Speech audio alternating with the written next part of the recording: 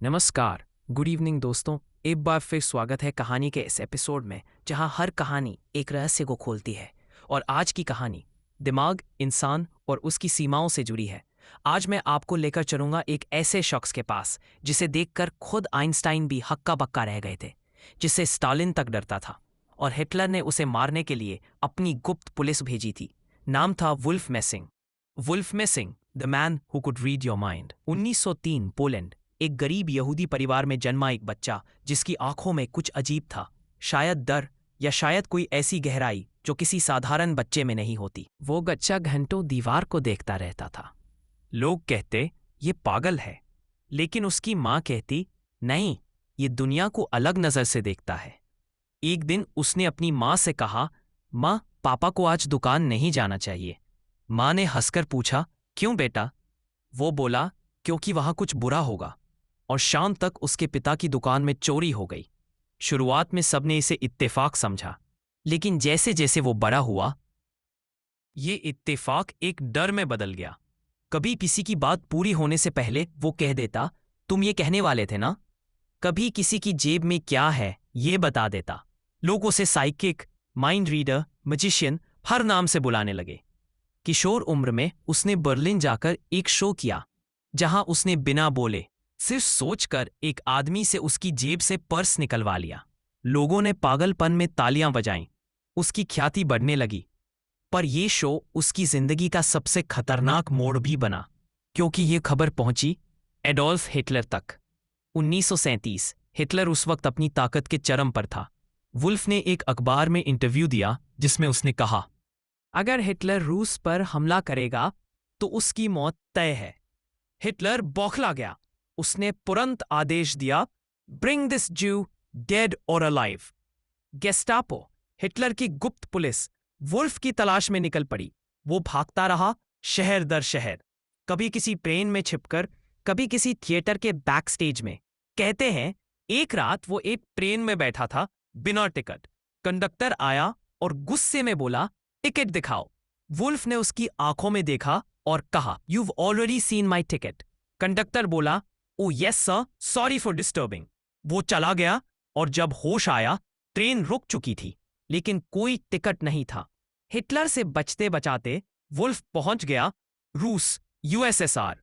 वहां उसकी मुलाकात हुई उस समय के सबसे ताकतवर व्यक्ति से, जोसेफ स्टालिन।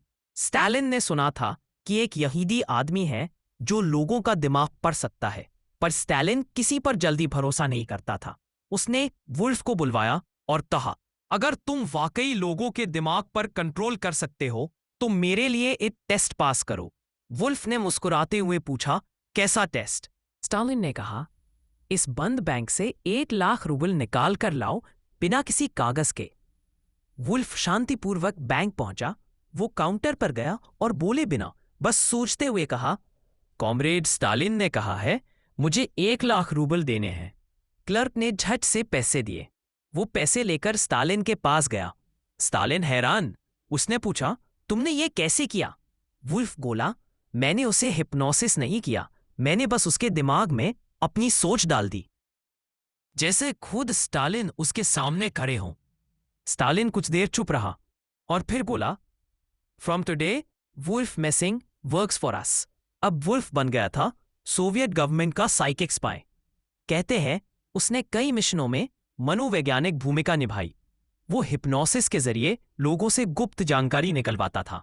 एक बार एक सैनिक को उसने सिर्फ एक शब्द बोलकर रोक दिया। सैनिक बीच रास्ते में रुक गया, जैसे उसके शरीर में कोई पॉज बटन दब गया हो। वुल्फ ने कहा, your body obeys your mind and your mind obeys belief. रूस के वैज्ञानिक उसकी शक्ति को समझना चाहते थे। उन्होंने कई बार उसके दिमाग पर एक्सपेरिमेंट किए। कभी उसे एक कमरे में बिठाकर कहा, इस दूसरे कमरे में कौन है बताओ, और हर बार वो सही जवाब देता। एक वैज्ञानिक ने पूछा, क्या तुम भविष्य भी देख सकते हो? वुल्फ मुस्कुराया और बोला, I don't see the future, I sense the possibilities.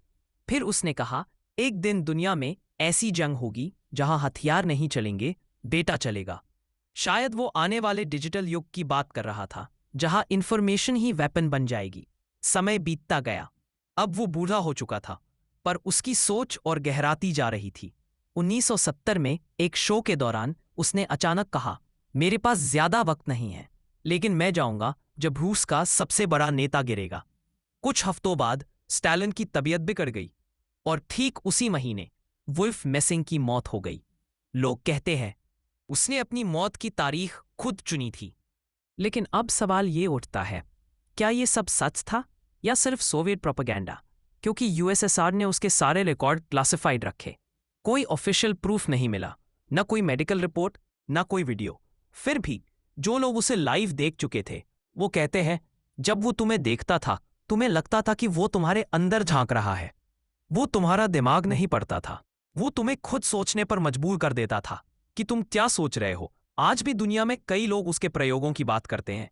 कई लोग उसे इल्यूशनिस्ट कहते हैं तो कुछ लोग डिवाइन मैसेंजर, लेकिन सच्चाई शायद दोनों के बीच कहीं छिपी है। वुल्फ ने एक बात कही थी, mind is not just a tool, it's an energy field. अगर तुम अपने दिमाग पर कंट्रोल पालो तो दुनिया तुम्हारे खिलाफ कुछ नहीं कर सकती। और शायद यही बात उसे अलग बनाती थी। वो किसी जादू से नहीं बल्कि इंसानी दिमाग की गहराई से खेलता था। The man who could read minds, एक ऐसा इंसान जो इतिहास का हिस्सा तो है पर अब भी रहस्य बना हुआ है। क्या वो सच में साइकिक था या बस एक बहुत ही तेज ऑब्जर्वर जो इंसानों की बॉडी लैंग्वेज पढ़ लेता था?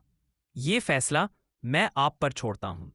कमेंट में बताइए, क्या आप बिलीव करते हैं कि इंसान किसी का माइंड पढ़ सकता है या फिर ये सब एक इल्यूजन है? धन्यवाद। मिलते हैं अगली कहानी में, जहां सच और रहस्य के बीच की लाइन फिर धुंधली हो जाएगी।